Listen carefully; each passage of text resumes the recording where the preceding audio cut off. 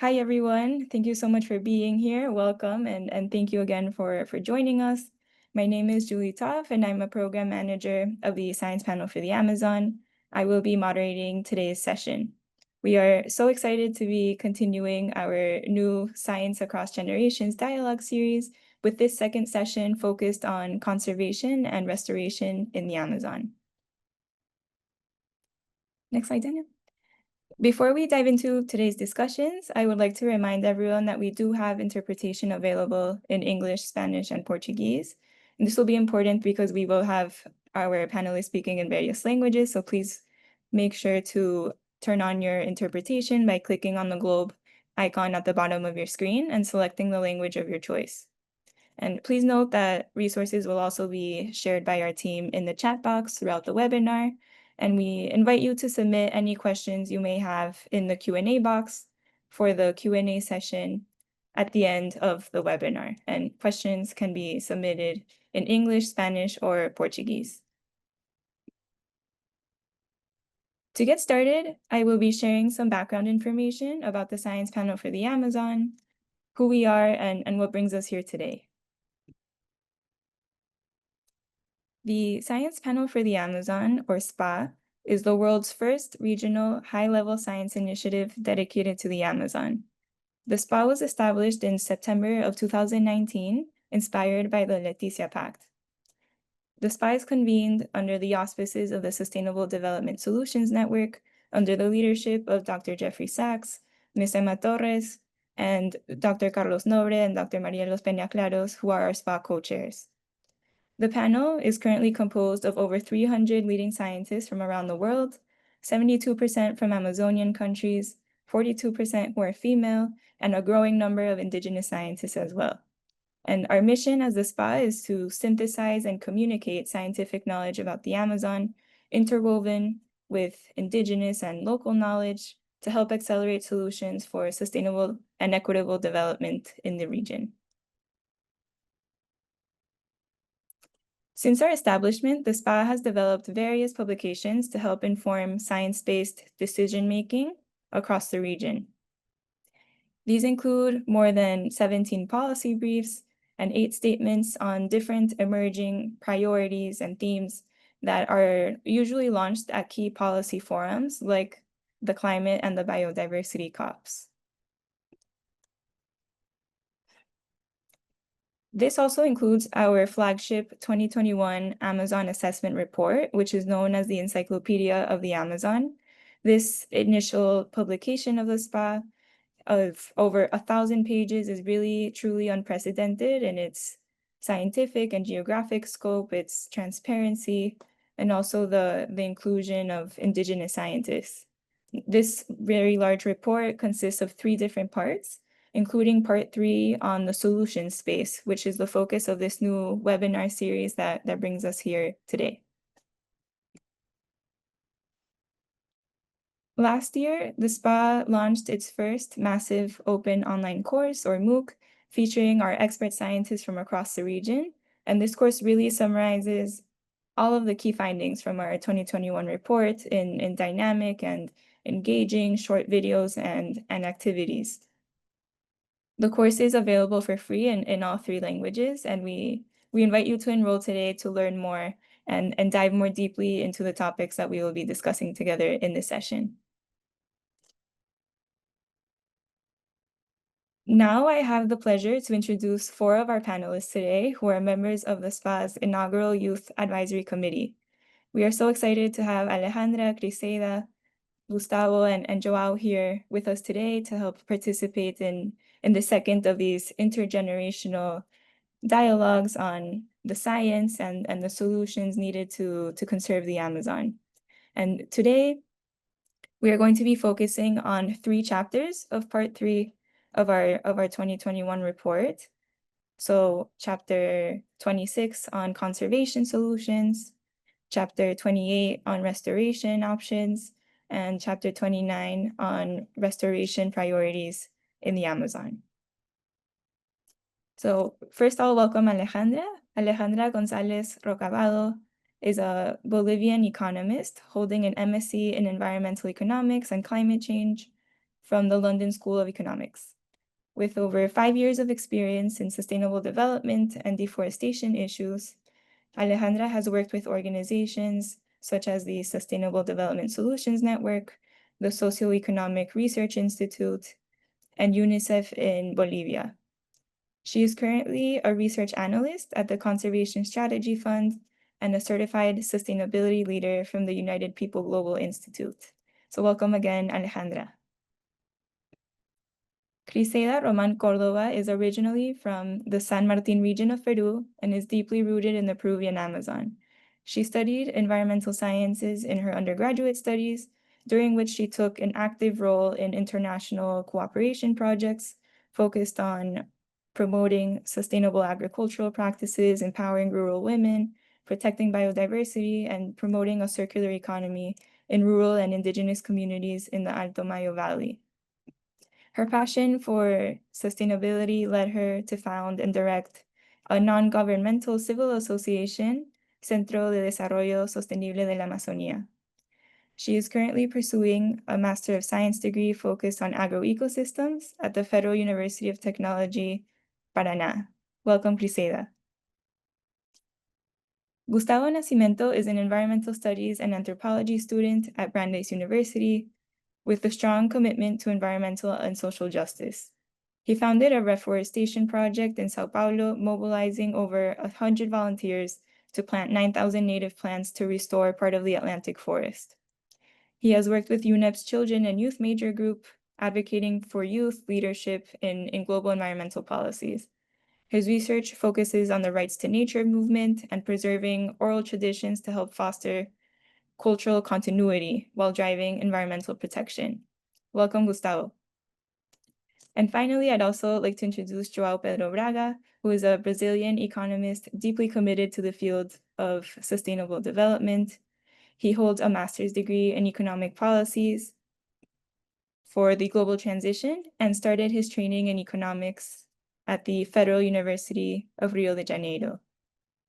In 2023, João joined the University College London to pursue a PhD at the Institute for Innovation and Public Purpose, and his research focuses on addressing global economic inequalities within the context of the ecological crisis. Specifically, his PhD work revolves around the financial drivers of deforestation and the imperative of financing a just transition in the Brazilian Amazon. So welcome, João.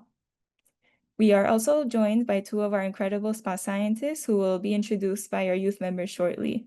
Our scientists will each share a brief presentation on the different chapters, and then we will have a roundtable discussion with all of our panelists, our scientists, and also our youth members, followed by a live Q&A with the audience, and then we will wrap up with some opportunities to stay connected and get involved with our work. Now I'll hand it over to Criseida to introduce Dolores.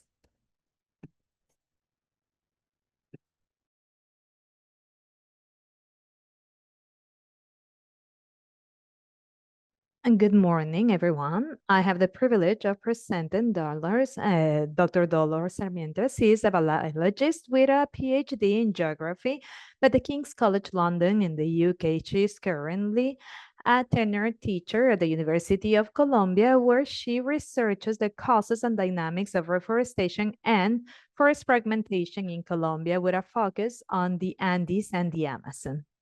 Her work centers on understanding how human activities impact mature forests, as well as on designing strategies for the conservation and sustainable management of tropical landscapes. She has contributed to advancing ecological knowledge through the application of a spatial analysis and landscape scale modeling, also integrating fire ecology to understanding and mitigating ecology mitigate deforestation degradation processes in the context of climate change. Welcome, Dolores. Good morning. Thank you. I would like to see if you can allow me to share my slides. Dolores, we have the presentation. We have already uploaded it. I send it in low resolution. Well, that's fine, no worries. let's continue. It's a pleasure. Thank you very much for the invitation to be here. It is always very important to be in these spaces.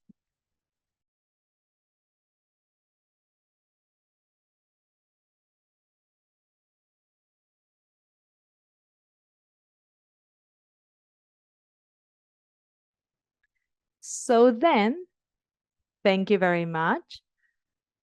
Thank you for the invitation, the space, the opportunity. I would like to begin. And can you pass the slides, please? Next slide, because everyone here is aware or has a specific interest, and we know that the Amazon has a unique biodiversity and it's vital for the planet. That's why we're here, and that's why the members of the young group are here. So we know we are facing multiple interconnected threats globally and locally, and this chapter in which I participated, there are many other people involved, presented at its moment some key aspects to overcome threats. It is based on an integrated approach of nature and communities, and it focuses on measures and solutions that can be applied. Next slide, please. So, as I told you, we are in face of something very important for the planet, facing these threats, and we need to contribute these solutions. I will set my time control. Can we go to the next slide, please? I don't want to be passing the slide. So I will try and control my time because it is more difficult. So the main threats to the basin's biodiversity begins with the most urgent one, which is biodiversity, which is the context, current context. And we see that there is a reduction of deforestation in some countries. It doesn't stop. And we keep losing this, and this is a huge crisis everywhere. But this is not only about deforestation, but also degradation, and also the timber. Here, lumber, this is a problem for degradation, illegal logging, and this represents a huge problem for the Amazon basin. The solutions that the chapter proposes, discusses, and develops has to do with solutions going more about community co-management. So also no-take zones and applying reduced impact logging for getting timber in the different countries.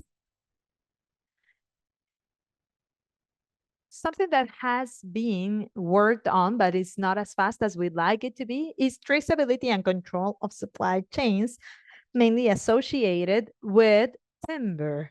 So the chapter comes in and develops these solutions to face these great threats having to do with deforestation, illegal logging, and forest degradation. But this is not the only one. So we need to also face problems attached to climate events, to extreme events. And here in the continent, we have the Amazon basin. And here we see that there is a change in the number of warmer and drier days. They keep increasing, and this makes there be a higher fire probability because the vegetation conditions are more flammable, or there are more flammable days, and therefore when you have a deforestation or degradation threat in the forest in the context of climate change with drier, hotter days, with potential that vegetation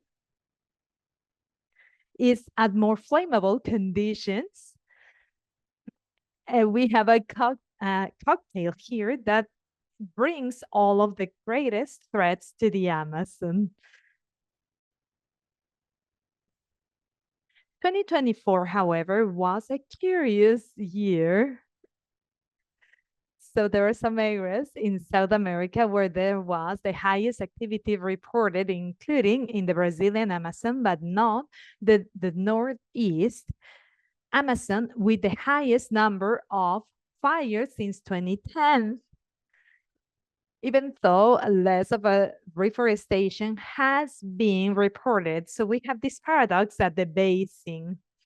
So the Amazon Northeast, where we have had rain over these years, it hasn't actually had these problems as many other have.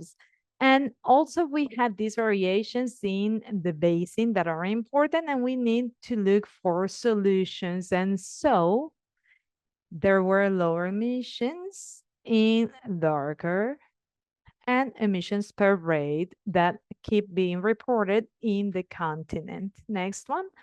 For this, the chapter talks about solutions, how to prevent deforestation, how to promote restoration, how important it is to work on these ecosystems in the areas. We talk about keeping microclimates in the forest remnants, talking about global mitigation controls, demands, and how we adapt at a local level with the conditions that are here to stay: more drier, warmer days with less potential risks whenever there is a dry thing here. And so another of the threats that we find is hunting and fishing, extraction, excessive extraction of resources. Is it a use or an abuse of resources that we have available at the basin? Next slide, please. If hunting and fishing are non-sustainable, then we have a problem in the region, and we are documenting in this chapter places and areas where this is happening. Also, illegal fauna trade continues being a threat to biodiversity, and we need to present solutions for this chapter. The next chapter talks about, next slide, please, how to implement community management in areas where there are these problems. So this is in areas where some activity shouldn't be carried out as the no-take zones. And I believe this wasn't the right slide, no worries. Associated solutions to traceability of these activities in the basin. Non-sustainable fishing and hunting and illegal fauna trade continues being an important threat, but we have the threat associated with infrastructure, dams, and mining. And here we can see the distribution of the areas that are affected by these activities. Here are the areas of all the basin where there are oil, gas activities, mining concessions, activities associated to mining activities. And this is another one of the interconnected threats with the impacts we have in the Amazon. Next slide, please. Solutions come through environmental evaluation. We are proposing comprehensive project environmental evaluation, getting to renewable energy, reaching the protection of free rivers and sensitive areas. So here, the chapter provides solutions to each one of the issues we will find in the region.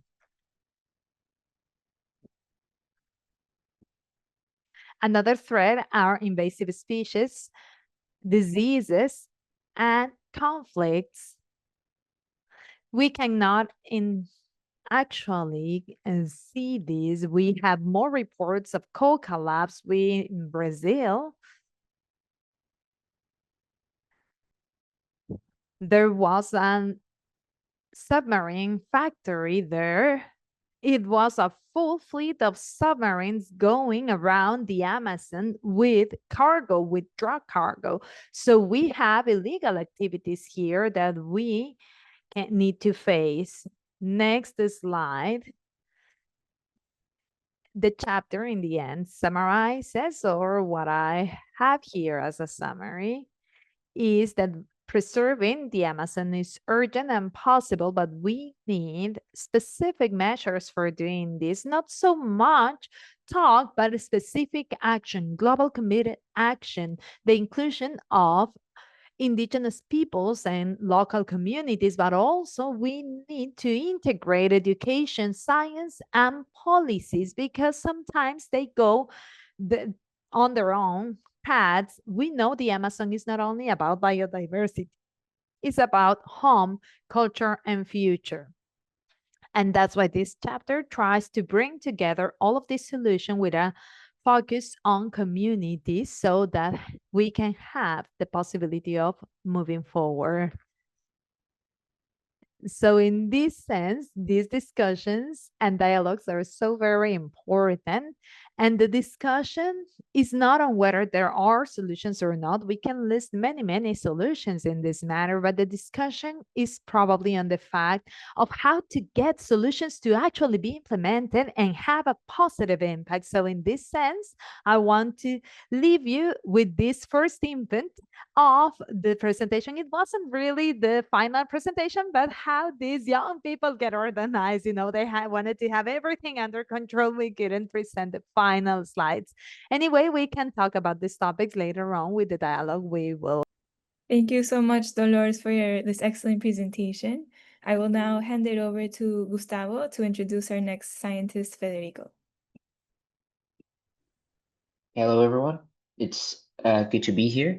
And I have the privilege to introduce Federico Ernesto Vizcarra Riveros, who is an economist specialized in natural resources management with a PhD in science and management of climate change.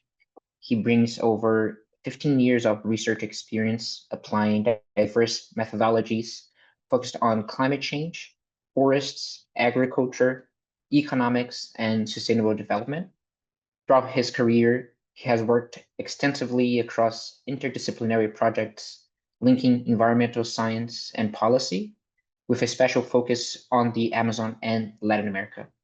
Currently, he serves as the science officer for the Science Panel for the Amazon, or SPA for short, where he coordinates scientific initiatives aimed at advancing regional conservation strategies, climate resilience, and sustainable development pathways, including health. So welcome, Federico. Thank you very much, Gustavo, for this introduction. I will switch to Spanish too, like Dolores. Thank you very much for the opportunity of being part of this dialogue and sharing the table with Dolores, with the advisory committee and everyone here. I am going to talk about a summary of 2 chapters. Next slide, please.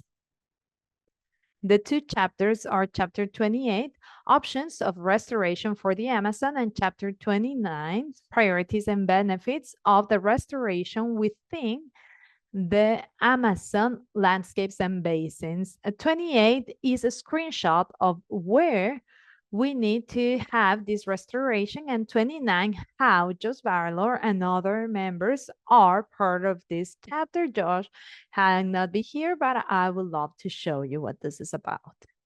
So as we know, restoration is crucial in face of environmental degradation.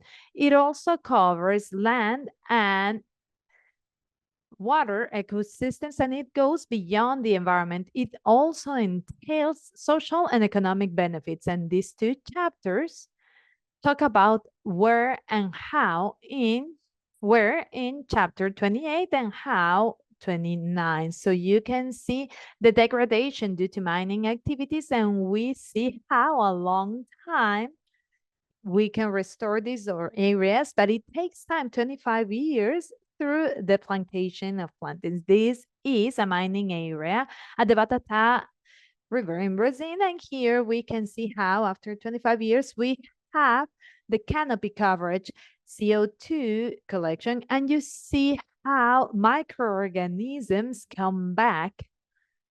So this is useful to produce something. Next slide, please.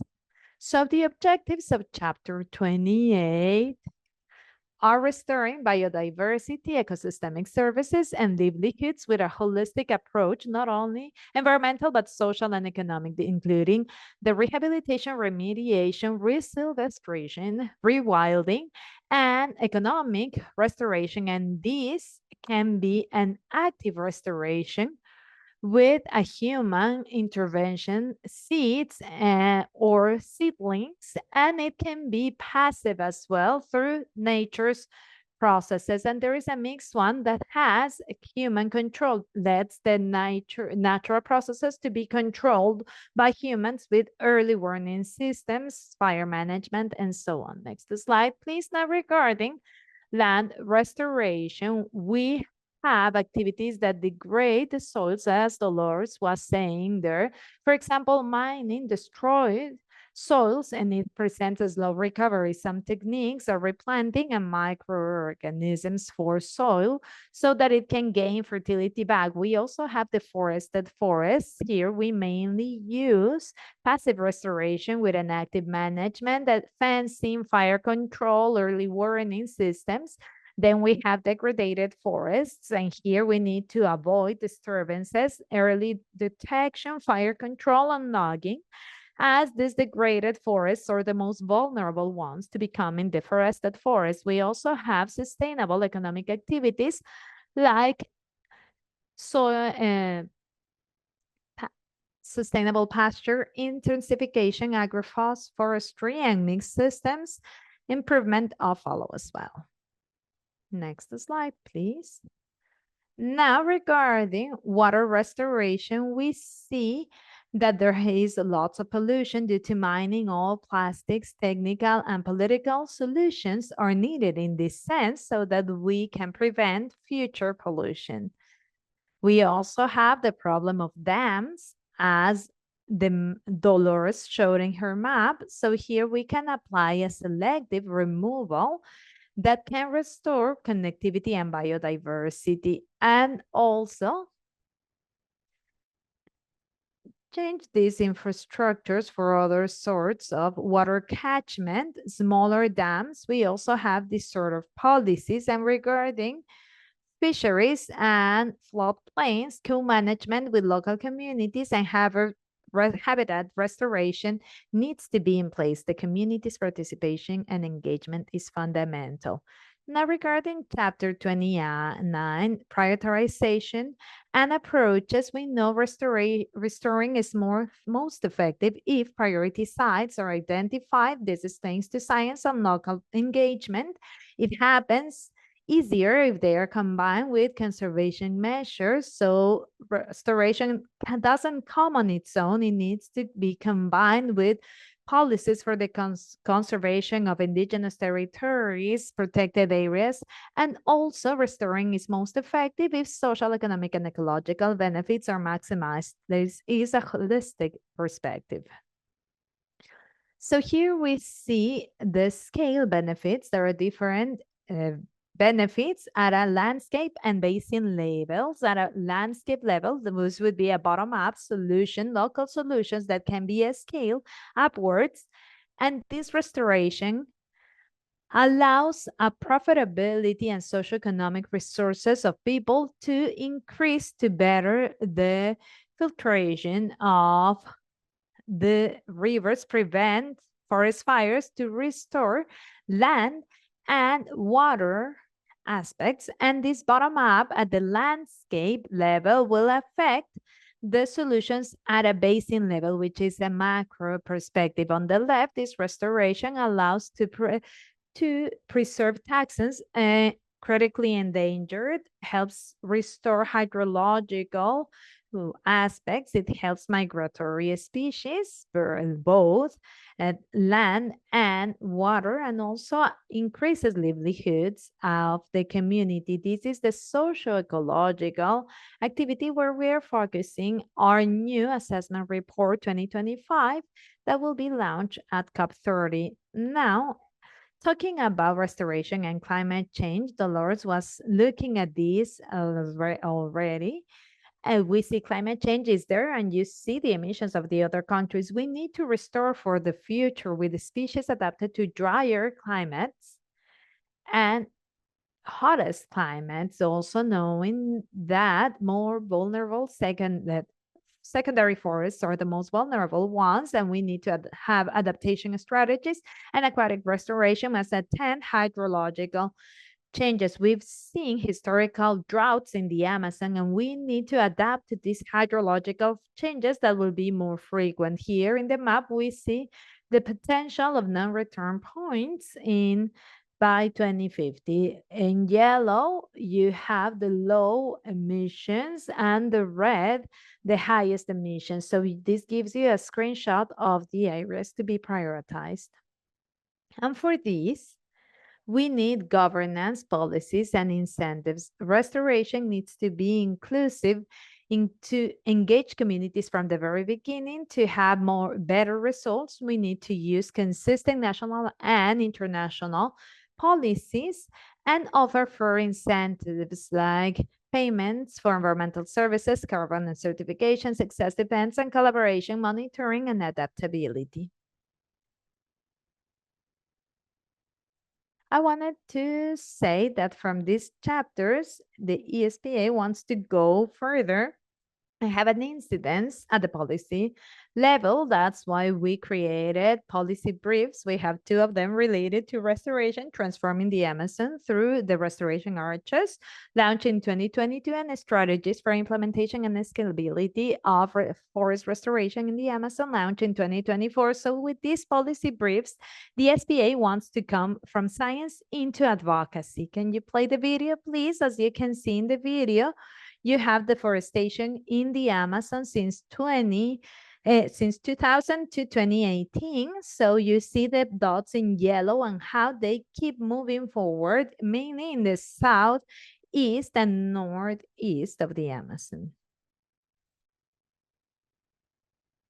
With this data, we can monitor external pressures such as roads, mining, agricultural expansion, and others. We can visualize key ecosystem services such as water supply, pollination, climate regulation, and identify priority sites for restoration and biocultural connectivity. So in the map, in the deforestation arches, we go into a policy that can advocate for these, which are the restoration arches, restoring more than 5,000 areas of degraded areas. These restoration arches, for them not to continue expanding the problems, the indigenous lands and protected areas are key priorities. Between 1985 and 2023, within indigenous territories and protected areas, there has only been an increase of 1.5%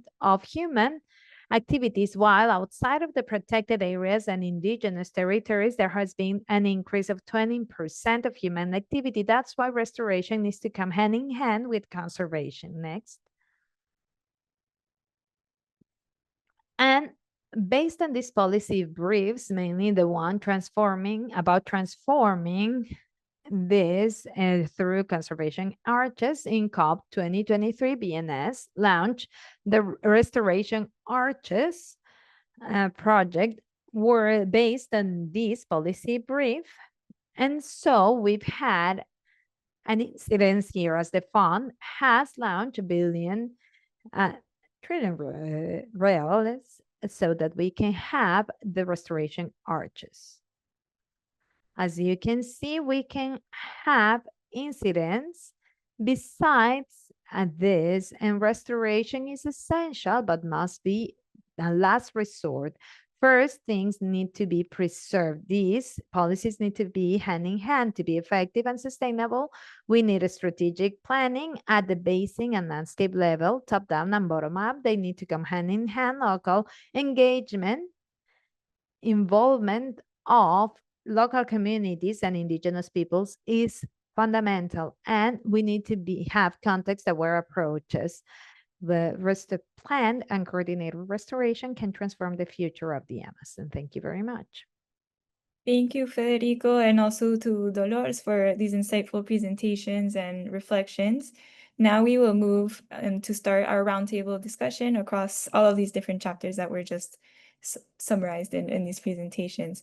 So I'm going to invite our panelists to turn on their cameras again. So Dolores and Criseyda, Alejandra and Gustavo. Perfect. And Daniel, you can go ahead and stop sharing the screen so that we can all see each other. Perfect. Thank you, everyone. So our youth members have prepared some questions about some of these key themes that have emerged from these texts. So what we'll do is I'll call Criseyda to ask the first question, and then this question can be responded by either or both of our scientists, and we'll also have some time for our youth panelists to reflect on those responses, and then we'll move to Alejandra and we'll repeat the same thing. So Alejandra will ask her question. First, we'll give a chance to our scientists, Federico and Dolores, to respond, and then our youth can reflect and so on, and we'll repeat that. And we have about 10 minutes per question. So please do feel free to ask any follow-up questions amongst yourselves, to share any additional reflections throughout the discussion. We really do want this to be an open dialogue and to hear both generational perspectives, right, in this conversation. So now I'll hand it over to Criseyda to ask the first question for our scientists.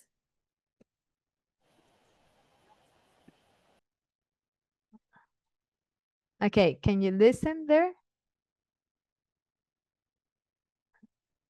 First of all, thank you very much. I would like to thank Dolores and Federico. I had planned to ask the question in English, but since both of you presented in Spanish, I will do it in Spanish. It caught my attention the fact that you talked about the mining sector, as this is a sector that has been expanding a lot, and it comes to my head the growing trend that the gold price has. So I wanted to ask, what incentive do you think needs to change to fight back the increase of the gold price, considering that great part of gold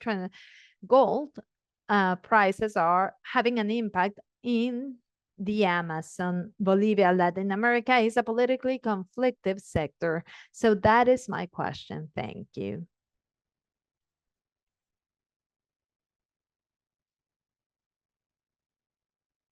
Okay, should I begin, Federico? Yes, please.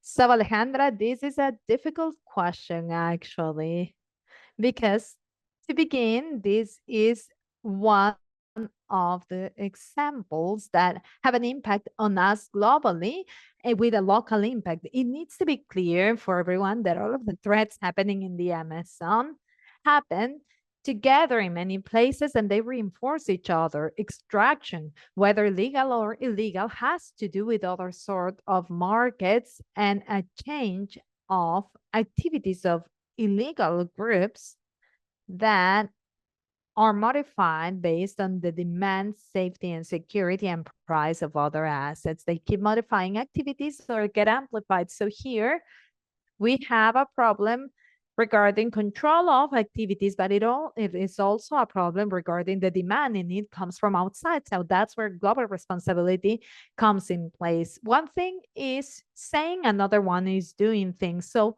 traceability of chains, even gold, which is so very difficult to have, traceability of where gold is coming from, but this is where control and activities needs to come in place so that we can indeed control, because we end up having lots of illegal extraction, and finding the mechanism through which we can control and carry out traceability so of the supply chains. I mean, I don't know how gold traceability can be in place so This isn't a topic I work with, but there needs to be a way, as there is traceability of wood. It's impossible for there not to be. Even coca, you can have traceability of certain varieties of where they are coming from. So I believe it's important to reinforce this and demanding for there to be better controls in place so that from the demand side,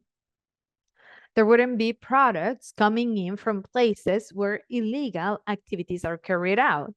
This, of course, includes other markets and topics, reinforcing the price, increasing or dropping of gold. That has to do with different volatilities and it needs to be controlled under a global commitment. If there is no global commitment, there will be no way of doing this. But this applies for other activities, not only mining in the northwest of the Amazon. For example, we have a huge problem of illegal activities associated to coca cropping. And in Bolivia, there is a different dynamic regarding legality. But again, we've seen an increase, a huge increase in the sort of activities. And in some places, at some points, there is one, then the other, but they keep moving on in between gold and illegal activities and illegal logging and wildlife traffic, which is a great problem in some of the Amazon, in the northwest of the Amazon. I don't know, it is hard to face this, but what's important is to be aware, aware of what's happening and also raising our voices as we are doing here, that we need to pay more attention to this. We can talk about how to prioritize when there is so much to do and so much ahead of us. I would like to make a call in the fact that operations don't apply to all the places. There are common problems but these actions or the interventions that we can implement need to be integrated and multi-sectoral, because going one sector at a time, mining without focusing on all of it is not worth it. It doesn't work. That's why there is a greatest challenge in this matter. We work on additional activities because we are committed to doing something. And in this such very complex world that we are in. Federico, please. Great. Well, I have not much to add to this. Thank you very much to Alejandra's great question. So besides traceability, which is very important, we need to have a transboundary policy all over the Amazon. Why? Because illegal activities such as gold or such as soy, if there are no togethers, if there are no policies together, we can have leakages. Gold, for example, is easier to do it in Pando than Madre de Dios, then people will go to Bolivia. But if we have zero deforestation policies for soya, in Brazil, the main market of which is Europe, well, I go to Bolivia because Bolivia sells to the Indian community. And so we need transboundary policies that are connected through OCA or other mechanisms. Thank you very much. Thank you, Dollars. Thank you, Federico. Joao? Yes, I have a question. I'm going to... So I'll be speaking in Portuguese, so I have something that illustrates a lot of what Dolores and Federico brought. Lots of the regulations through transborder policies started in a pioneer country, but in the limit, they have the problem with they are transnational. There are lots to do with the centers of accumulation of the international trade. When we're talking about yesterday in a round table on the London climate with the COP president, he was speaking exactly the dollars question. How do you track gold? Okay, we have 4 criteria that allow you to do an analysis, a chemical analysis of the gold that is produced, that imported by European countries, for example, Switzerland. And the first analysis is simply a mechanism that is called mining acts activities, and you can search in internet the number of the batch of the gold, and then you can see if it's legal or not. For example, in Switzerland, 60% of the gold that was imported from Brazil, if they were diagnosed with this criteria, I'm sorry, so I'll be speaking slower. So basically, there is a problem of the developed and central countries to process the regulation mechanisms that we have it already. Of course, that in the moment, if you attract from the criteria 2, 3, and 4, the gold starts getting illegal. So they will have most of the gold that comes from a territory that is connected with Venezuela, Yanomami territory. They have to we have to work with politics. If we start control, the illegal mining can go to Venezuela. So the problem is this is not solved if Switzerland, England, and European countries and USA they don't implement their decisions. So it is important to consider it in the context of we have our responsibility, but the mining is there because there is gold trade and illegal price of the gold is still good in this context. So I'd like to put it this way, and for us to understand that the policies are designed by us in cooperation of with who is doing the cooperation, but the sovereignty of the territories is the Amazon country. So we have to have the law. Thank you, Joao. Any other reflections from the panelists on this topic? Anyone else?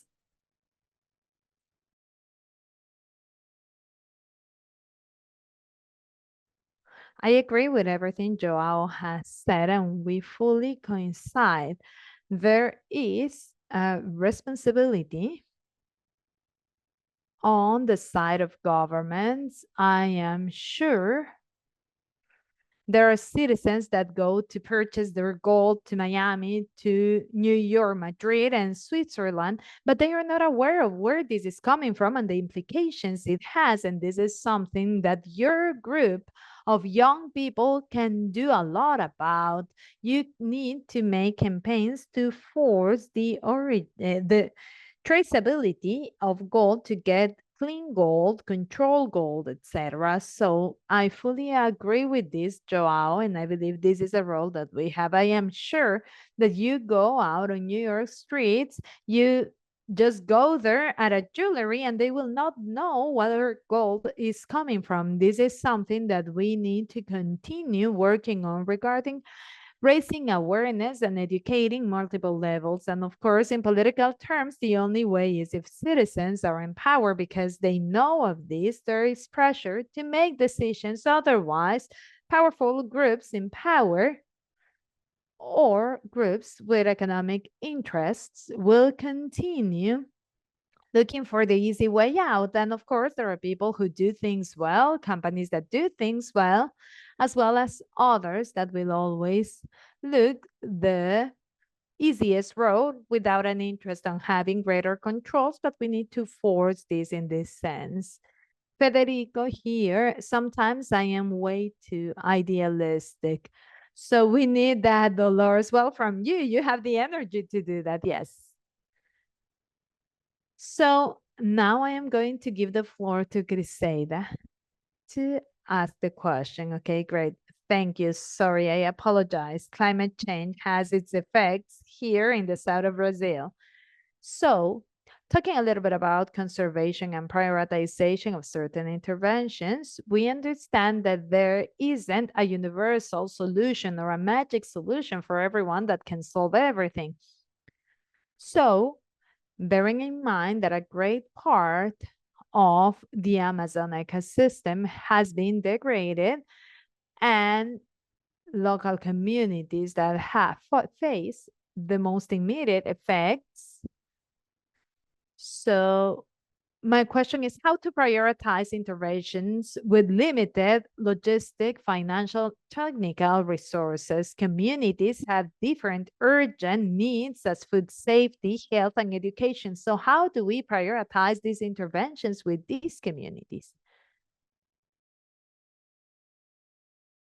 To say that again, that's a great question because that's the reality we are always facing on an everyday basis. There are many things we want to do, many important things. However, we need to make decisions, and making those decisions, if they are based on priority criteria, that would be better than just doing it randomly. So we go back to the fact that threats come together in many places, pressures on the communities are similar or they change based on the economic interests, but communities are very much affected. Preserving biodiversity, and we all know that conservation per se is not enough.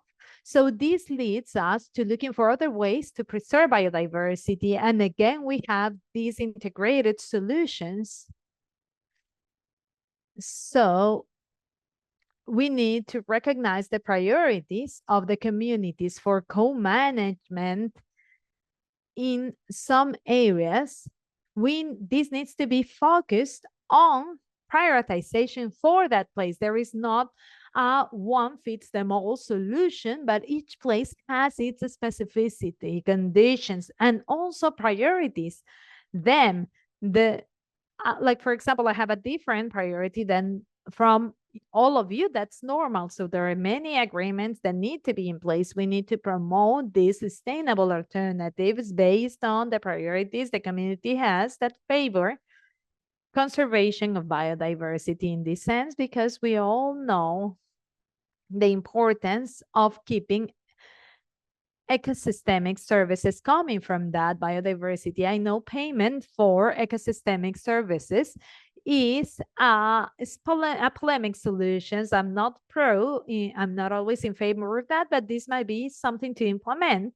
Something that is very important is precisely, and these chapters were trying to show solutions that will not be top down. It's like we are going to go from the way all the way up, but to come from these local agreements and prioritization. So this is very important. We haven't been able to do this in many places. In many places, centralized decisions keep being made at a national or regional level, but they are centralized. So I believe we need to keep discussing to reach agreements. We need to know, we need to be prepared to negotiate. This is not just going there, sitting down and you just start talking. No, you need to be ready to negotiate, understand things, reach agreements, find effective solutions. And then the other point is where do we start prioritizing? I believe there are some areas where the ecological and social impact is greater.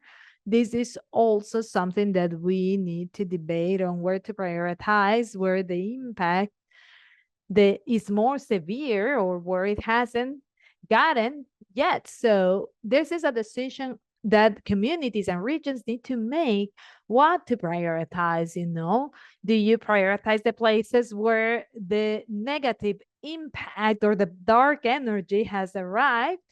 Or do you need to go to those places where it's already there and you need to stop? Or maybe you have a priority intervention because you associate the needs of the community. So there might be places where the restoration needs is mandatory, and the other ones where the need is just leave us alone, let us do our activities as we used to. So everything comes through this dialogue, very hard dialogue that takes time. We need to be ready to do so. And sometimes 4 or 5 year governments just go and look what to do, and then they are worried about how to do to continue in office, and in the process they don't really make the right decisions. Another government comes in office and it all starts over again. So we need to change the mentality, change the mindset that there are things that are good despite who has been leading them, and we need to make the best decisions and prioritize. This is hard, but it needs to be done with whatever criteria we can agree upon, but we need to do this, and I believe this is the path to follow. Federico? Thank you, Dollars. Thank you, Criseida, for the question. I agree with what you just said, Dollars. When resources are scarce and needs are way too much, we need to prioritize in a more participatory way with governments, with communities, not doing it as usual, a top-down decision. It needs to be a participatory decision to be made with communities and try to find synergies between sectors that can serve the different needs at the same time and to have multiplying effects. For example, the co-benefits of adaptation and mitigation plans besides adaptation, and they have co-benefits. So for these, we also need a capacity building, inform the parties, the communities, the governments, and also raise the awareness of the importance that the Amazon has, which is the backbone of the world if it's preserved in the long term, not 5 years of government, but in the long term, it will guarantee the needs such as water security or food safety can actually happen thanks to flying rivers, water coming to the Atlantic. It's recycled by the forests, and all of this rain goes to the Andes,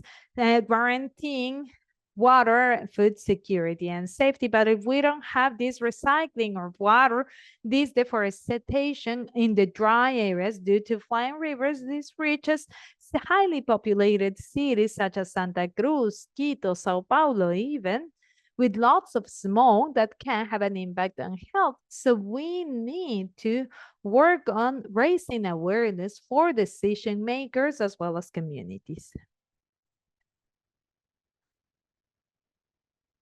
Thank you, Dolores. Thank you, Federico. Any other reflections or comments by our panelists on this topic? No? Okay, then moving on to our next question, Gustavo.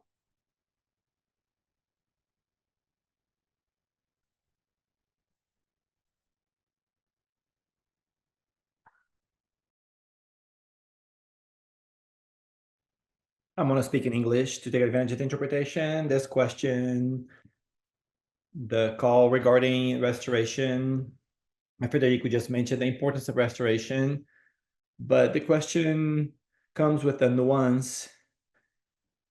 The restoration can be, and the risks associated with the compensation due to the restoration. So when restoration is proposed as a compensatory measure to realize to create projects with high environmental impact, would there be a risk to create incentives, perverse incentives that may normalize with the promise that there would be a future restoration? So in other words, could restoration be utilized as a facade, is a justification for future destruction? And besides that, would there have been any episodes where that kind of restoration was just utilized to justify extreme extractivism or building infrastructure that was not centered here, that does not guarantee environmental rights for anyone to? So that is my question. In summary, has restoration been utilized with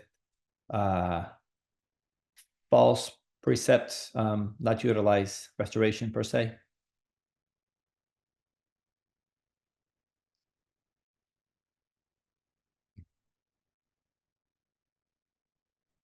Should I start, Dolores, or would you like to start?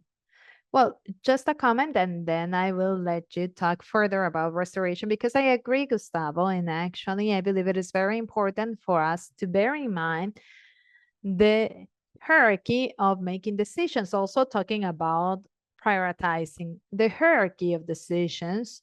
The first thing we need to do is to prevent deforestation, prevent destruction. I believe sometimes we are even investing the other way around. This is like a hierarchical triangle. The base where we need to invest the most is prevent destruction.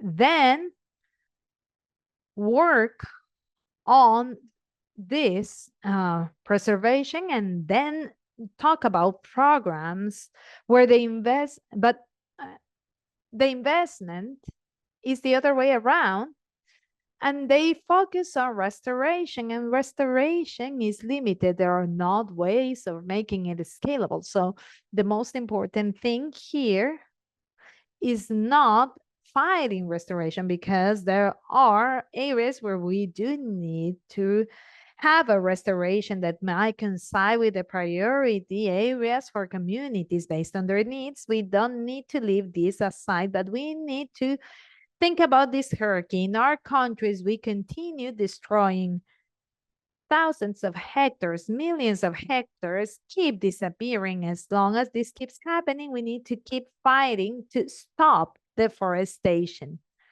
Then, if we cannot achieve it, we need to look for a reduction, as some countries have done. And then these priority areas that will require to revert this, well, that's where the investment needs to be made, and very carefully, as you said. In summary, I agree. Sometimes it seems that you're against restoration, but no, never. The thing is that it needs to be properly prioritized, and due to external pressure of countries where deforestation has stopped or a total loss has been stopped and they can invest more, we are stopping. We haven't invested in these activities. I will let Federico answer more regarding the restoration proposals in the report and his opinion. Thank you. Thank you, Dolores. Thank you, Gustavo, for your question. I also believe, and I agree with Dolores, that a primary forest doesn't have the same value of a restored one, because if you go from the social environmental point of view, the primary forest has use values, and these are higher values than a degraded forest. They will never be the same. And I can cite on the fact that this restoration shouldn't be used as a greenwashing mechanism that many people talk about in Latin America and the Amazon countries. Many infrastructure works have been carried out without a proper valuation, and they talk about future restoration to justify the current impact. For example, we have the Interoceanica road in between Peru and Brazil. This road came to life with compensation measures. They said they were going to restore habitats to work on the problem of fragmentation of habitat during the building of this road. But when compensation was monitored, they do not comply. They do not do what they say. And so this incentivates higher agricultural works in the neighboring parts. So this is important to bear in mind. Local governments need to have social environmental safeguards and the mechanisms for reporting, monitoring, and evaluating to guarantee transparency, accountability, and credibility set in these restoration plans. Thank you. Thank you, Dolores. Thank you, Federico. Joao?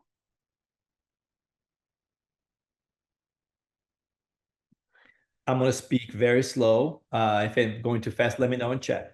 To answer Gustavo's question, I'm completely in agreement with spoken Federico Dolores, but I think in reality, we already are seeing projects of conservation that did not go well. The model in Brazil is based on the project restoration from Costa Rica.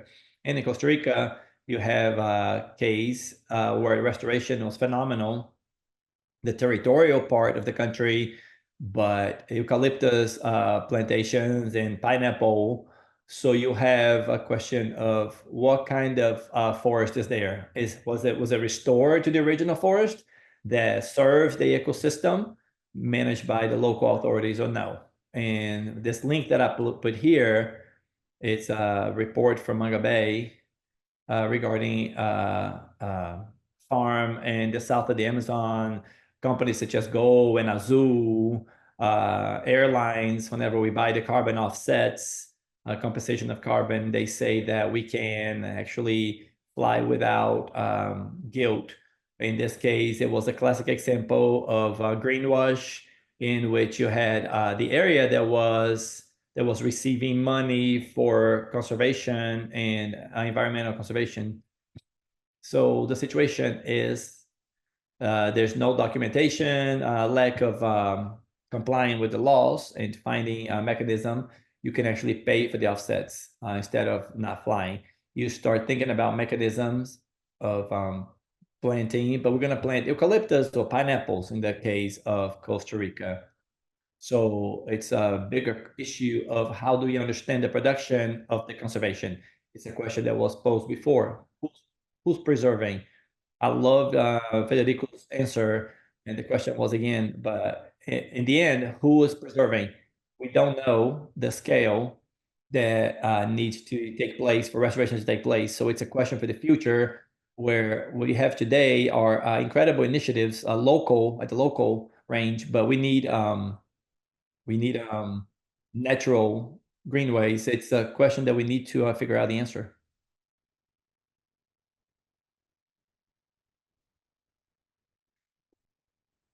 Thank you, Joao. Any other insights by our panelists on this topic? No? Okay. Well, I'm going to switch back to English. Apologies to our interpreters. I want to thank everyone for all of their valuable insights. We'll now move to our live Q&A to answer some questions from our audience members. And if we do not get to your question today, please feel free to send us an email, and the SPA Secretariat will make sure to get in touch with our panelists and share their responses. I know that some of our panelists have already been answering some of the questions in the Q&A box, so thank you for that. Let's see. The first question that is being asked, and this was directed to anyone who would like to respond, is when thinking of conservation and restoration in the Amazon, what factors do you think present the greatest gaps?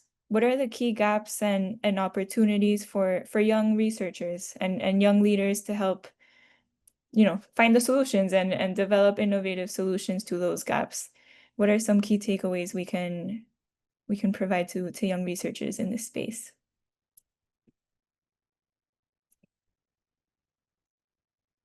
Any thoughts or reflections? Maybe we can start with our scientists, Federico and Dolores. What do you think would be key for young scientists in this space to start exploring and focusing on?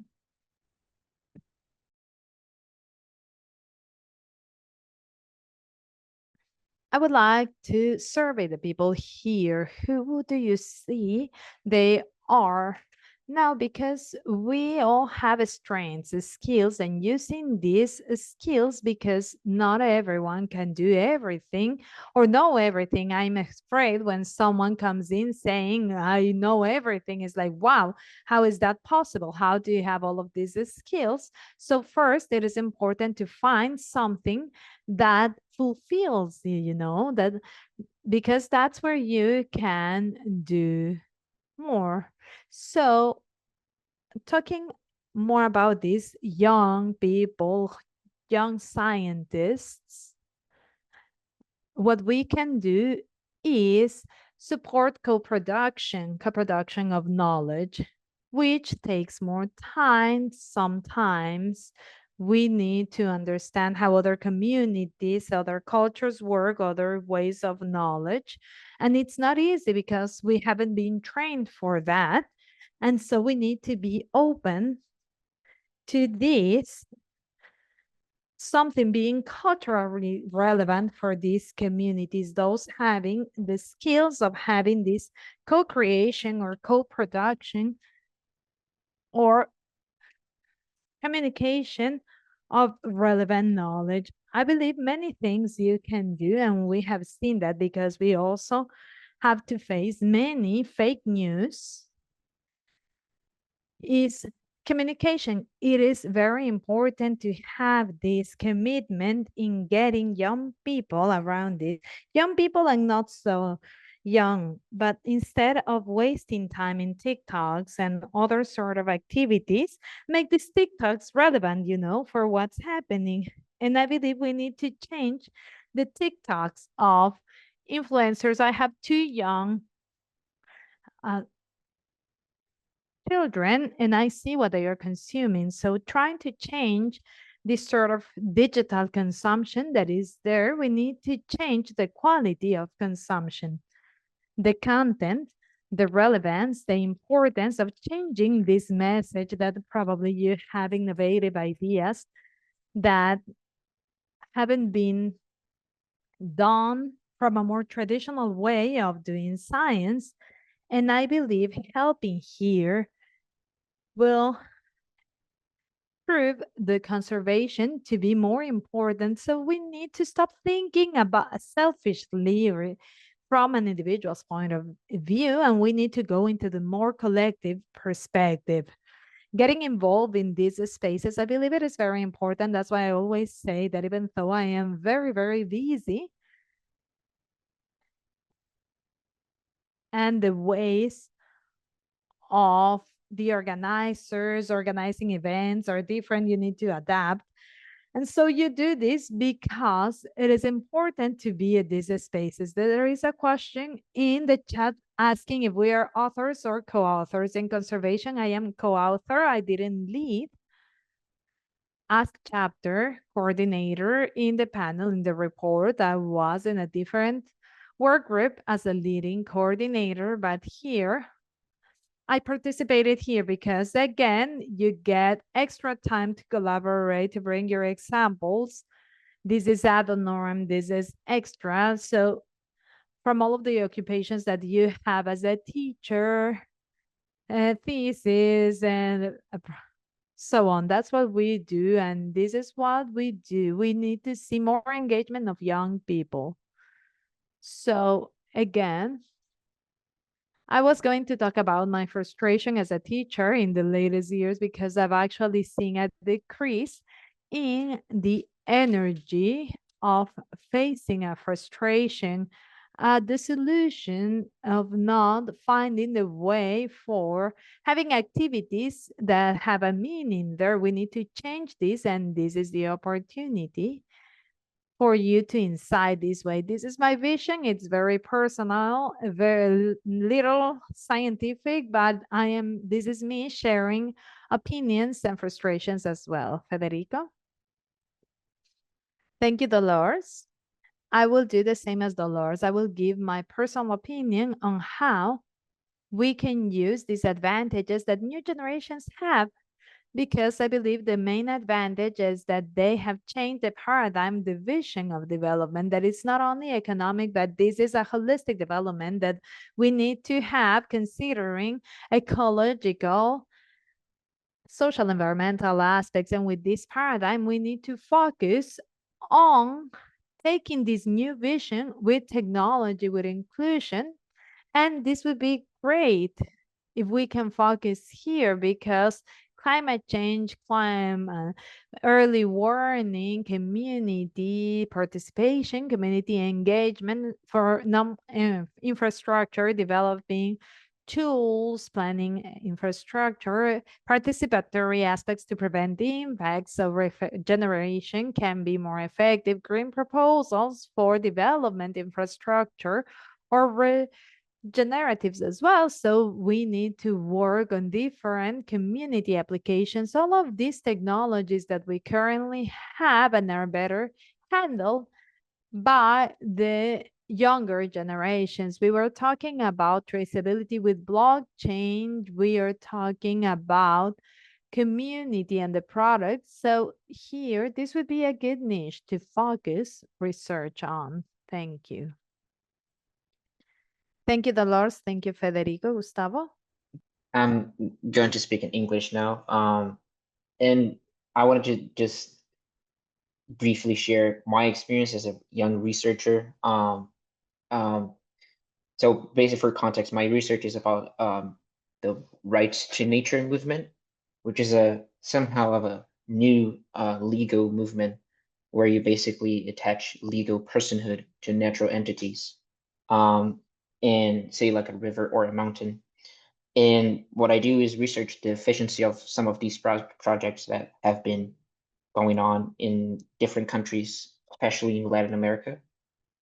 And I would say my biggest advice for young researchers is to, seek advice from as many things as you can, not only people, especially people and other professors and researchers, and people who work on your field, and non-academic people as well. Those are great sources of inspiration. And I think just, being willing to fail, not in the complete sense of, absolute disgrace of your research and just like not completing any project, but failing in the sense of encountering challenges and how to step up, how to overcome those challenges in your own personal research. And we have not talked about AI on this call today. It's not the purpose of it, but it is something to be aware of. And I'm not a fan of AI personally, and I think it really does disturb the academic work, because the meat of any sort of academic work is to reflect and compare different opinions, different sources, and see what they have in common, what they diverge about, and then your own personal contribution to it. So if you let AI do it, it's first not your own work. Second, there's so many misconceptions that AI does. But that's a sidetrack. The main thing is to really go deep into your work and talk to as many people as you can, and be also be willing to have joy in your work. I think it's impossible to do this kind of thing if you don't feel a sense of enjoyment. It's not enjoyment in the sense of, I'm going to an amusement park or having I don't know, a dinner with friends. It's a different kind of thing. It's to be interested in your own work and in the things that you're researching. Or when I say research, I mean conducting any sort of science.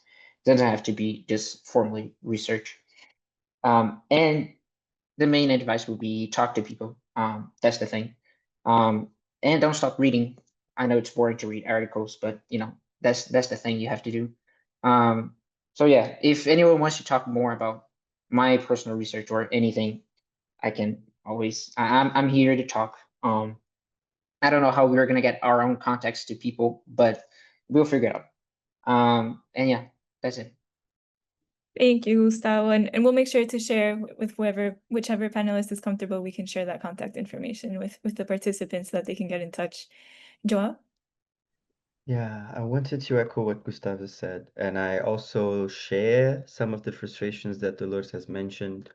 But in a sense, I feel like the role of the researcher is to ask the right questions. And there is such a good question in this chat here that I don't think no AI would be able to do it. So if the question that we are having here, if restoration is so key, why are local communities involved on it? Why? The questions are not what. The questions are always, the most interesting ones are why and how, in a sense, and that allows us for change. So of course, try asking ChatGPT what the answer for your research question on a PhD is. They will have an answer, but the thing is the mechanisms, they will not be there. And in a sense, there is a lot of room for us to be able to communicate our research in different mechanisms, such as TikTok. I'm very resistant to TikTok since I started finding out that a lot of the climate movement, and especially the activists that are here in London for the Climate Week, they are here because they managed to galvanize on the popularity of their channels in TikTok. explaining what climate justice is, climate racism is, that for me is formidable. I really commend that. And I think by asking the right questions, we are closer to getting the right answers. So for me, there's still a lot of that we can do. Maybe I would like to ask Criseida and Alejandra, because they were both doing and about to finish their masters. What do you think are the right questions that you would like to ask? Because the world has a lot of problems, and we also have, as the Lord said, we cannot choose all of them. We have to choose a narrow question that allows us to see and scale up deeper.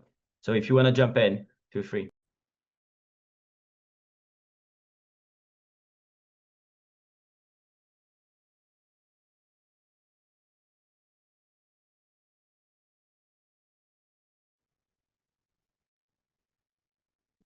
So, taking into account my personal perspective, I have prioritized my local reality. My research is based in my local reality. I want to solve a local problem. So I need to put together these science or these questions to solve a problem in the community. So if I am not aware of my reality, I will not be able to have a good research line or put together a good strategy.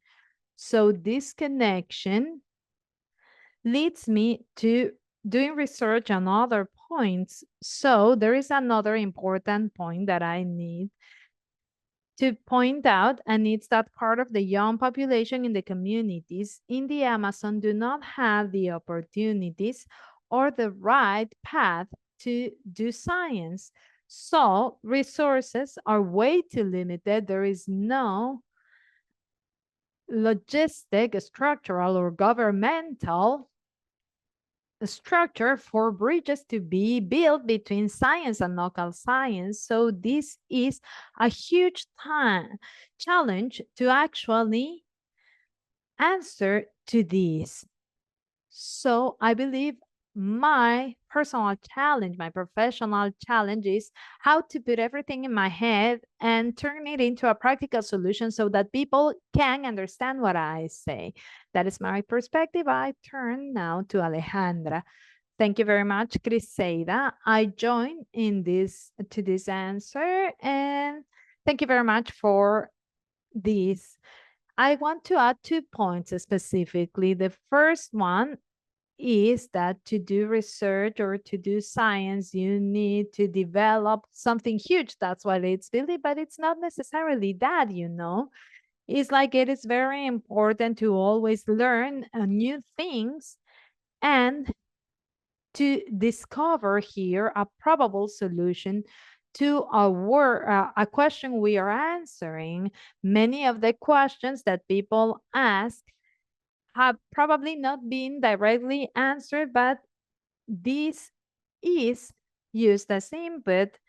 And I adhere to what Criseida said. This doesn't mean this answer or this solution found needs to be fully set in the context that I am doing my research on, because each specificity in the context is different to what has been planned or visualized in a different context. That's on one side, and on the other, I've seen that networking is really nice, really important, but I'm not talking about toxic networking that, yeah, I want to get in touch.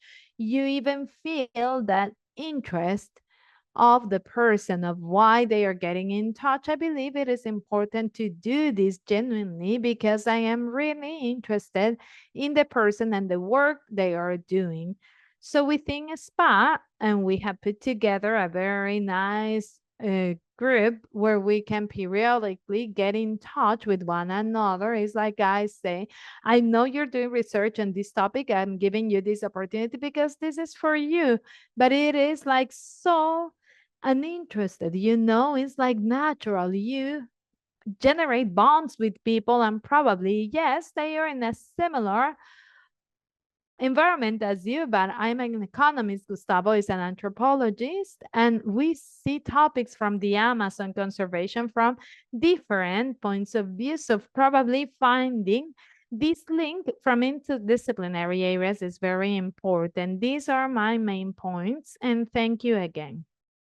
Thank you, everyone. I think to wrap up our discussion, I'll ask one rapid fire question for everyone. Yes, I think it's a really important question that was asked in the chat, and we started to touch on it with some of your reflections. But I think just to wrap up and make sure it's clear to everyone what you think about this question, you know, that the Amazon is being attacked and under threat, right, on multiple fronts, and academia, civil society, you know, the public sector to a certain extent, the private sector to a certain extent. Everyone is constantly mobilizing, right, to do something about these threats, to do something about these attacks. How do you see the future of the Amazon? Do you feel optimistic? Do you feel pessimistic? And I know this is a huge question, but in 1 to 2 sentences, how do you feel in this moment now, at this historical, right, critical moment that we find ourselves? How do you see the future of the region? Joel? There's no planet B. If we don't fight for this one, there's no other one that we can live in. That's for me how I'm dealing with it. Maybe I'll go to Gustavo next. Yeah. I think it's the answer would be complex. I think we are gonna have a lot of wins in this fight. But it won't be perfect. And I think it will still exist, and it's not gonna be doomsday, but it's also not gonna be perfect. So realistically, I think we should be prepared for a very complex situation. But I do feel optimistic by the people who are doing the work, and us here and everyone else who's not on the call. Thank you, Gustavo. Alejandra?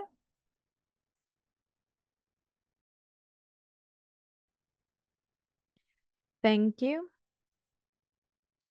I believe looking at deforestation rates and the trend we have is alarming. In the case of Bolivia, specifically last year, that was the worst in all history. It was a disaster. But I believe at a level of society, we need to really go to the bottom of things to actually get up. I'm optimistic, yes, but I believe the trends of the models that we have are not the best. As Joao is saying, there's no other way out. So we will get to a point where we need to do something. And as a society, that's what we have left, and we need to do that. Thank you, Alejandra. Criseida? Yes, the opportunity is open. As we're saying, we have the ball in our field, and we are the new generation that has the opportunity of actually doing something. So we are the ones called to action. The youth today, the children today depend on the future of the Amazon. So the solutions depend on each one of us, and we need to do this. Take action. Thank you, Criseida. Dolores and Federico, anything to add from your view?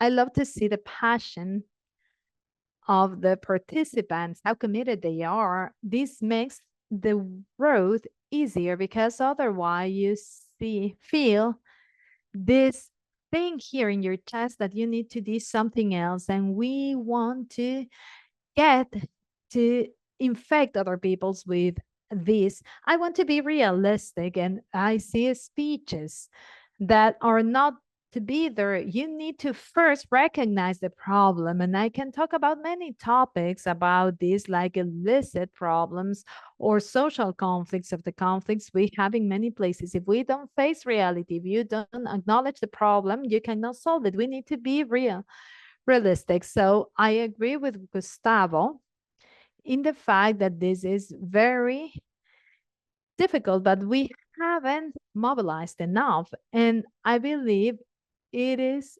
important to say that people here need to move more, raise your voices, and talk about inconvenient truths, right? Those truths that are so very difficult. You go in face of someone at the ministry and it's like, you're saying this, but the numbers are saying something totally different. And so from then you are being vetoed in meetings and wow, do you do this or not? What do you do? That's your choice. So passion and commitment makes you not play a game, but tell the truth and mobilize. So this is what we need to do.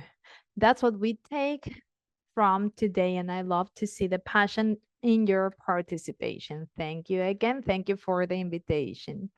Thank you, Dolores Federico. Thank you, Julie. Well, I also have mixed feelings. First, I feel optimistic due to the current and new generations. I see a change in the mindset, in the paradigm of development. This is fundamental.